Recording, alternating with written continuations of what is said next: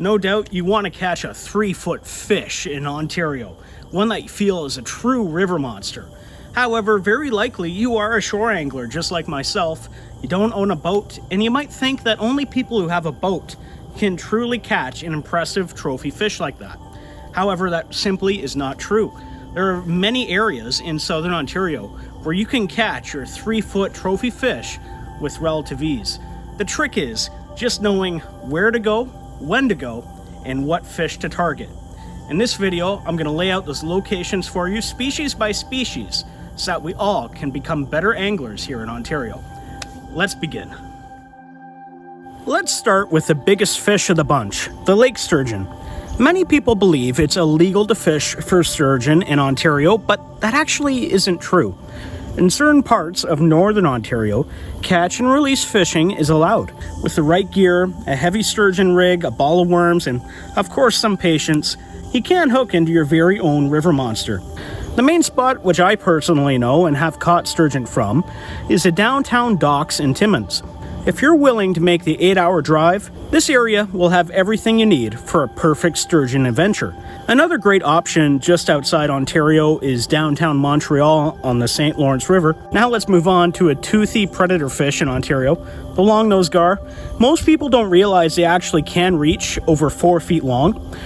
From May through early July, they can be caught in the Thames River in London, the Caledonia Dam on the Grand River, and other southern waters. But if you want a guaranteed true giant, you gotta head to the Ottawa River, where gar regularly top 3 feet. There are even charter guides who specialize in helping anglers land these prehistoric fish available in the late spring months. On the other end of the year, every fall, Ontario's rivers light up with Chinook and later coho salmon runs. The fish return to the creeks to spawn, and sometimes they're just in ankle-deep water and that's it.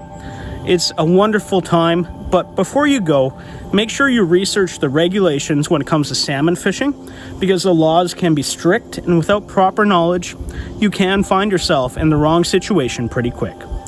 Popular rivers include Bronte, Creek, Grindstone, Nottawasaga, Pine, Bowmanville, and during peak run, all of these give you a shot at a 3-foot salmon from shore. Now let's move on to one which everyone loves, which would be the muskie. And you'll want to stick around till the end of the video, because at the end of the video, we're also going to talk about areas where you can catch a 3-foot northern pike. But for the moment, let's talk about the fish of 10,000 casts, the muskie. Everyone wants to catch a muskie, of course, but many feel that boat anglers kind of dominate that fishery.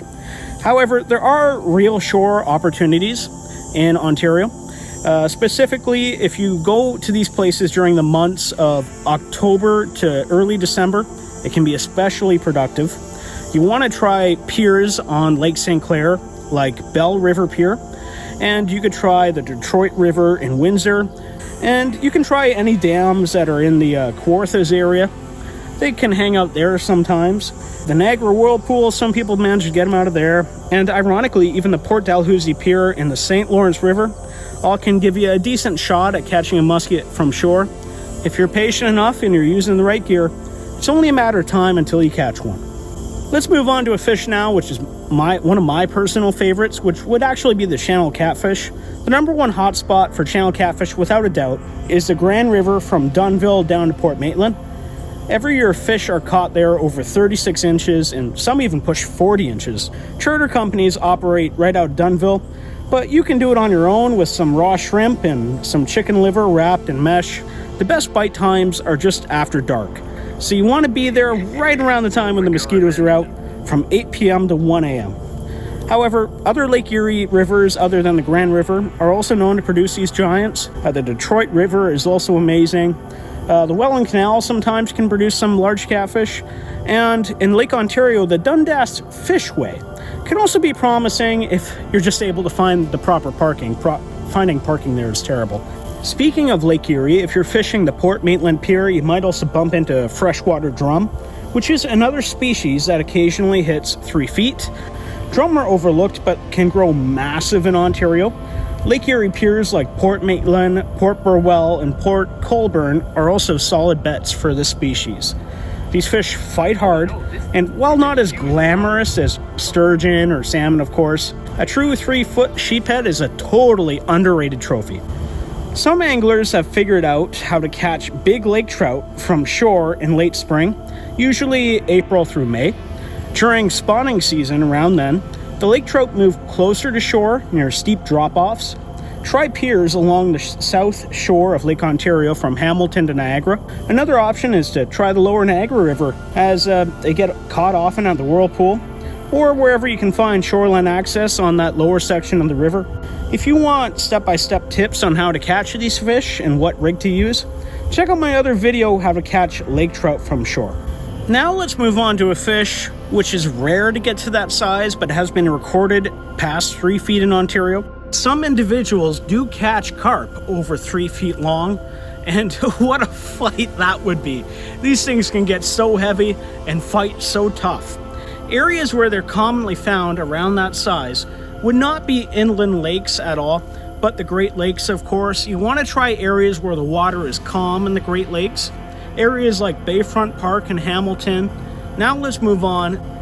As for Southern Ontario, it's kind of very pressured, of course, when it comes to walleye.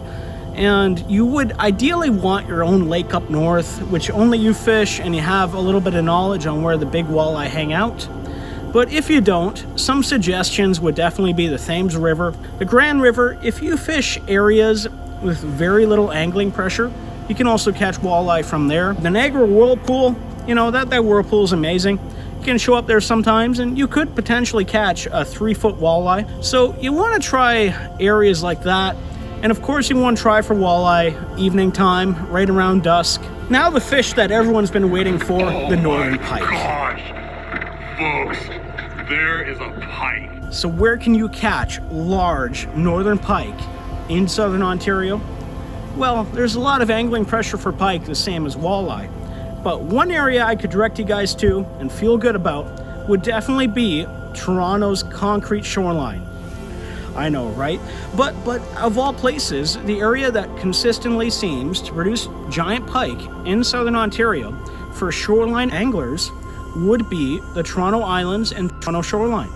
But you want to try not so much in the summertime. You want to try for pike in early spring, just before they're out of season.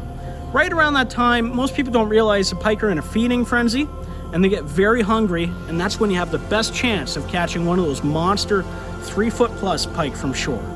So there you have it, guys. If you live in Southern Ontario and you don't have the luxury of going 6+ hours up north right now, your best shot to catch a fish over 3 feet long, if you haven't noticed already, there's been a pattern.